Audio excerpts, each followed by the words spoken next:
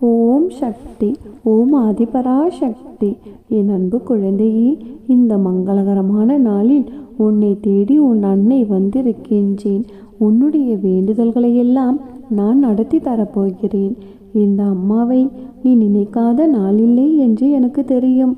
இருந்தாலுமே கூட நீ நினைத்த விஷயங்களெல்லாம் நடக்கவில்லை என்று தானே வருத்தப்படுகிறாய். என்னை நினைத்து கொண்டிருக்கும் உன்னுடைய நினைப்பில் இருக்கும் அத்தனை ஆசைகளையும் நிறைவேற்றி உன்னுடைய வேண்டுதல்களையும் விருப்பங்களையும் நிறைவேற்றத்தான் இப்பொழுது வந்திருக்கிறேன். உன்னுடைய மனதில் எவ்வளவோ கஷ்டங்களும், இது தவறாகிவிடுமோ, அது தவறாகிவிடுமோ, இது அப்படி பிரச்சனையாகிவிடுமோ, அது அப்படி முடிந்து விடுமோ என்ற பயம் இருப்பதை நான் பார்த்து கொண்டிருக்கின்றேன். எல்லாவற்றையும் சரி செய்து உன்னுடைய வாழ்க்கையில் நல்லது நடப்பதற்கான மிகப்பெரிய மாற்றத்தை உன்னிடம் கொண்டு வந்து சேர்ப்பதற்காகத்தான் இப்பொழுது உன்னை தேடி வந்திருக்கின்றேன் என் செல்லமே. வாழ்க்கையில் நீ துன்பப்படும் மாதிரி நிறைய விஷயங்கள் நடக்க செய்கிறது. நான் இல்லை என்று சொல்லவில்லை. ஆனால் நீ ரசிக்கக்கூடிய வகையிலும், நீ பார்த்து சிரித்து சந்தோஷப்படக்கூடிய வகையிலுமே கூட ஒரு சில விஷயங்களை உன் கண்முன்னே நான் காட்டி கொண்டிருக்கின்றேன். ஏன் அதை நீ உணர மாட்டேங்கிறாய்? துக்கத்தையும் கவலைகளையும் எந்த அளவுக்கு நீ அதிகமாக சுமக்கிறாயோ அந்த அளவுக்கு மகிழ்ச்சியையும் புன்னகையையும் எடுத்துக்கொள்ள ஏன் மறுக்கிறாய் என் செல்லமே? உனக்கான நல்லது நடக்க வேண்டாமா? இப்படி துன்பத்திலேயே துவண்டு போகப் போகிறாயா? நான் சொல்வதையெல்லாம் சரியாக புரிந்து கொள். வாழ்க்கையில் ஒவ்வொரு நாளையும் நீ கடந்து போகும் பொழுதே வாழ்க்கையை ரசித்து கொண்டு போ. ஏனென்றால் உன்னுடைய வாழ்க்கையும் காலமும் உன்னை பார்த்து என்ன சொல்கிறது என்று தெரியுமா? போகும்பொழுதே நீ ரசித்து கொண்டு போ. நீ திரும்பி பார்ப்பதற்கு நான் இருக்க மாட்டேன். உனக்காகவே நான் வாழ்க்கையாக இருக்கும் பொழுது என்னை ஏன் ரசிக்காமல் வாழ்ந்து கொண்டிருக்கிறாய் என்று கேட்கக்கூடிய அளவுக்கா உன் வாழ்க்கையில் நீ சோகத்தை பெரிதாக நினைக்கின்றாய்? அறிவாளியாக இருக்கக்கூடிய என் பிள்ளையான நீ எல்லா யதார்த்தங்களையும் புரிந்து வாழ ஆரம்பித்து விட்டாய். ஆனால் ஒரு விஷயத்தை தெளிவாக புரிந்து கொள் என் செல்லமே. இன்று நீ அனுபவிக்கும் உன்னுடைய கஷ்டம் நிரந்தரம் கிடையாது. அதேபோல் உன்னை கஷ்டப்படுத்தி சந்தோஷப்படுபவர்களின் சந்தோஷம் நிரந்தரம் கிடையாது. எல்லாமே எப்பொழுது வேண்டுமானாலும் மாறும். உன்னுடைய கஷ்டங்களை எல்லாம் சரி செய்து உன் வாழ்க்கையில் மிகப்பெரிய மாற்றத்தை நான் உண்டாக்கப் போகிறேன். உன்னுடைய வேண்டுதல்களும் நீ நினைத்ததும் ஆசைப்பட்டதும் நடக்க எது எல்லாம் தடையாக இருக்கிறதோ, யாரெல்லாம் உனக்கு தடையாக வந்து நிற்கிறார்களோ அத்தனை பேருக்கும் மனமாற்றத்தை நான் உண்டாக்குவேன். நீ நினைத்தது நடக்க என்ன உதவி தேவைப்படுகிறதோ அதையும் நான் உனக்காக செய்து கொடுப்பேன் என் செல்லமே. விருப்பம் இல்லாத விஷயங்களை விட்டுவிட்டு எது உனக்கு பிடிக்காதோ, எதை பார்த்தால் மனம் சஞ்சலப்படுகிறதோ, கவலைப்படுகிறதோ அதையே யோசித்து யோசித்து எதற்காக வருத்தப்படுகிறாய்? காலம் என்றால் எல்லாம் கலந்திருக்கும். நல்லதும் இருக்கும், கெட்டதும் இருக்கும். காலம் என்பது மனிதத்தின் உருவம் மட்டுமல்ல, குணத்தையும் மாற்றக்கூடிய சக்தி படைந்தது என்பதை புரிந்து கொண்டு உன்னுடைய குணத்தால் நீ யோசிக்கக்கூடிய விஷயங்கள் எல்லாம் நல்லபடியாக இருக்கும்படி மாற்றி அமைத்துக்கொள்.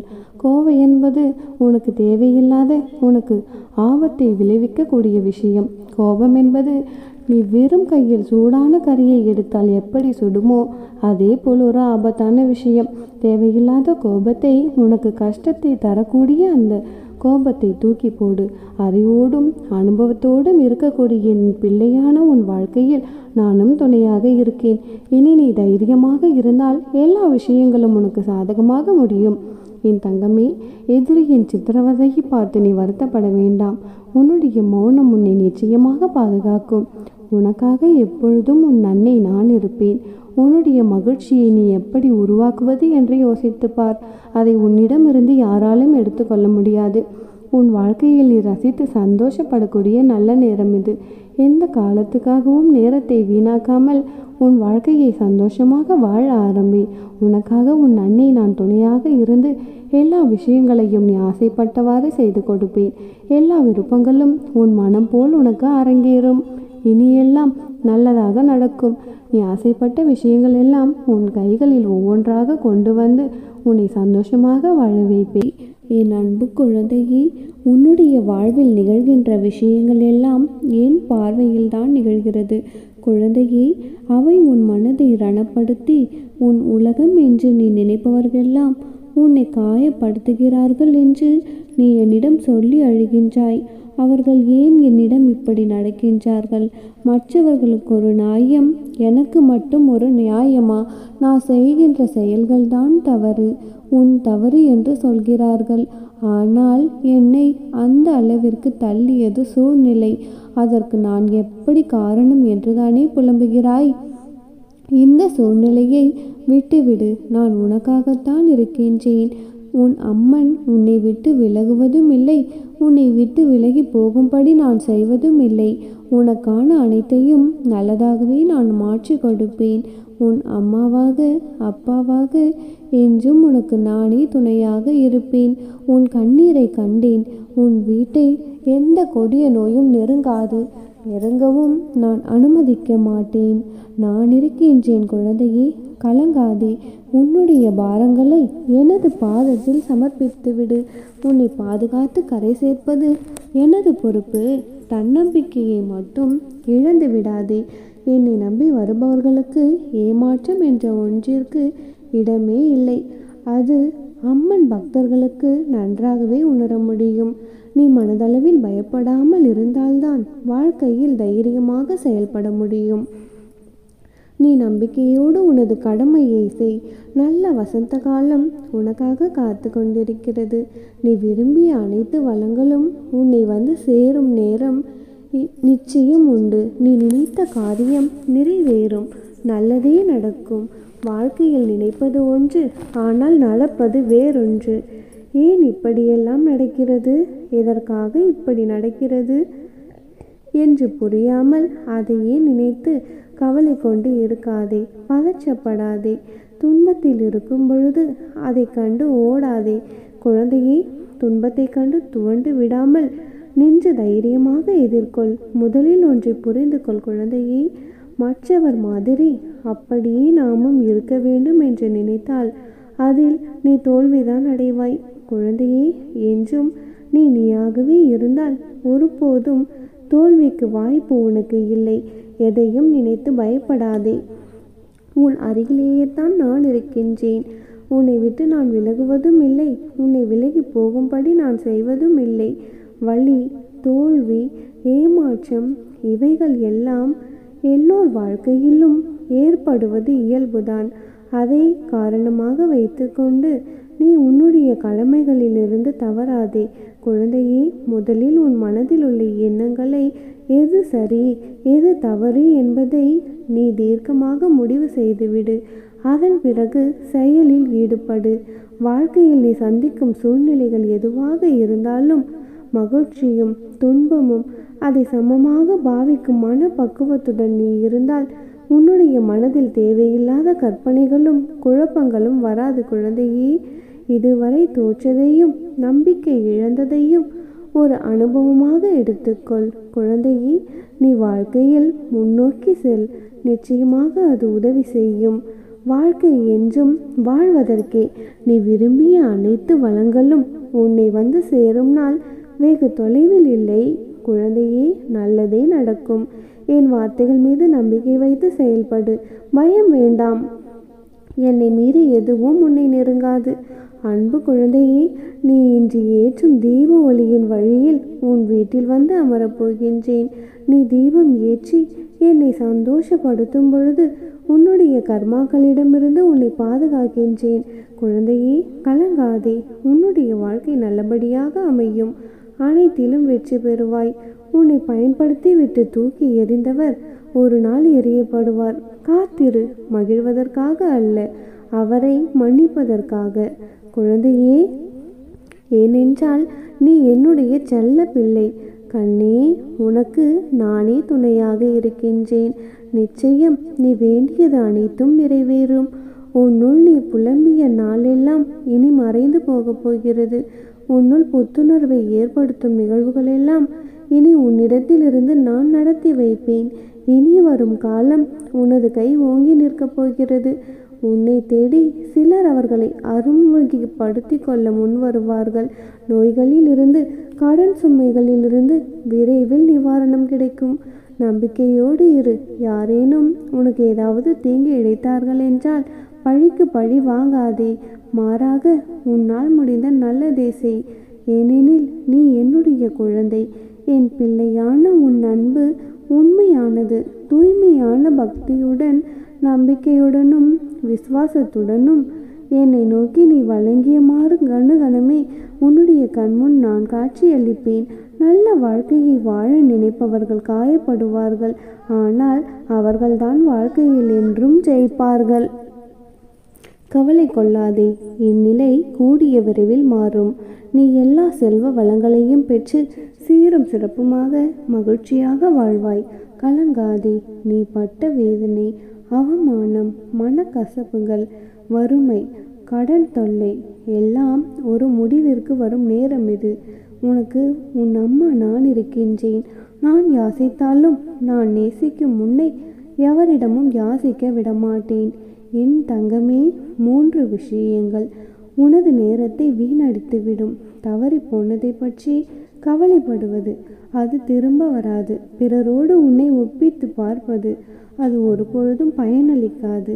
எல்லா மனிதர்களையும் திருப்திப்படுத்த நினைப்பது, அது நடக்காத ஒன்று. இந்த 3 விஷயங்களையும் உன் நேரத்தையும் வீணாக்கும், உன் மனதையும் நோகடிக்கும். உன் மீது தவறு இருக்கும் பட்சத்தில் அடுத்தவர் மீது கோபம் கொள்ளாதே. கடவுள் உனக்கு கஷ்டங்களை தரும்பொழுது வருந்தாதே.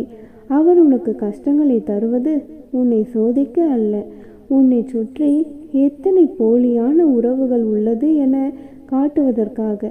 யாருக்கும் நீதான் முக்கியம் என்று நினைத்து கொண்டு இருக்காதே. அவர்களின் காலம் முடியும் வரை கட்டை விரலாய் இருக்கும் நீ, காரியம் முடிந்ததும் 6ஆம் விரலாய் அனாவசியமாகி அவமானப்படுத்தப்படுகிறாய். அம்மாவின் திட்டலெல்லாம் குடும்பத்தில் சரியாக வாழ். அப்பா திட்டுவதெல்லாம் சமூகத்தில் சரியாக வாழு. தாய் தந்தை உன்னை திட்டுவதை எண்ணி வருந்தாதே. குழந்தையே, உன்னுடைய வாழ்க்கை நன்றாக அமையத்தான் அவர்கள் இவ்வாறு பேசுகிறார்கள். எனவே அவர்கள் மீது வருத்தம் கொள்ளாதே. ஒரு உறவை நம்பி இன்னொரு உறவை விட்டுவிடாதே. நிச்சயமாக கைவிடப்படுவாய். குழந்தையே, எதையும் ஆழமாக நேசிக்காதே, துன்பப்படுவாய். எதையும் ஆழமாக யோசித்து கொண்டு இருக்காதே, குழம்பி விடுவாய். எதையும் யாரிடமும் எங்கும் யாசிக்காதே, அவமானப்படுத்தப்படுவாய்.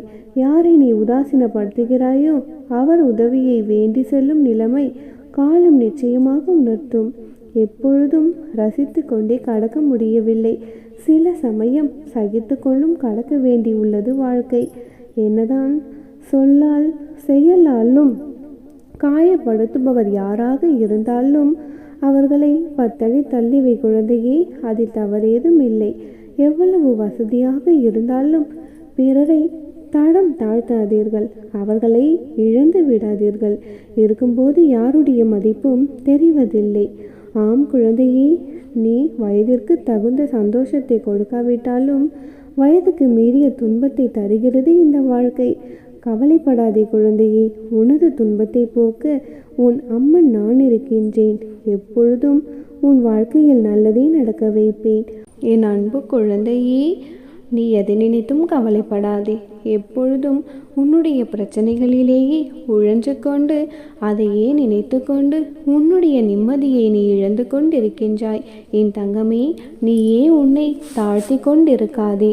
உன்னுடைய அருமை உனக்கு இப்பொழுது தெரியாது. அதை நீ புரிந்து கொள்ளும் நாள் நிச்சயமாக சீக்கிரமே அமையும். அப்பொழுது நீ நினைத்த வாழ்க்கை, வேண்டிய வரன், நலன் இவை அனைத்தும் உனக்கு சுகமாகவே அமையும். என் தங்கமே, இது என்னுடைய வாக்கு. நீ எலி சாதாரணமாக இருக்கும் பொழுது மரத்தால் ஆன பொருட்களை ஓட்டை போட்டு நாசம் செய்துவிடும். அதே எலி அதற்கென வைக்கப்பட்டிருக்கும் மரப்பொறியில் சிக்கிக்கொண்டால் எப்படி தப்பிக்கலாம் என்ற பயத்தில் அங்கும் இங்கும் அழியுமே தவிர மற்ற மரப்பொருட்களை ஓட்டை போட்டது போல இந்த மரப்பொறியையும் ஓட்டை போட்டு வெளியில் சென்று விடலாம் என்று யோசிக்கவே அது யோசிக்காது. ஆம் கண்மணி, இப்படி அது யோசித்து கொண்டிருந்தால் அதிகபட்சமாக 5 நிமிடத்தில் பொறியையே ஓட்டை போட்டு வெளியேறிவிடும்.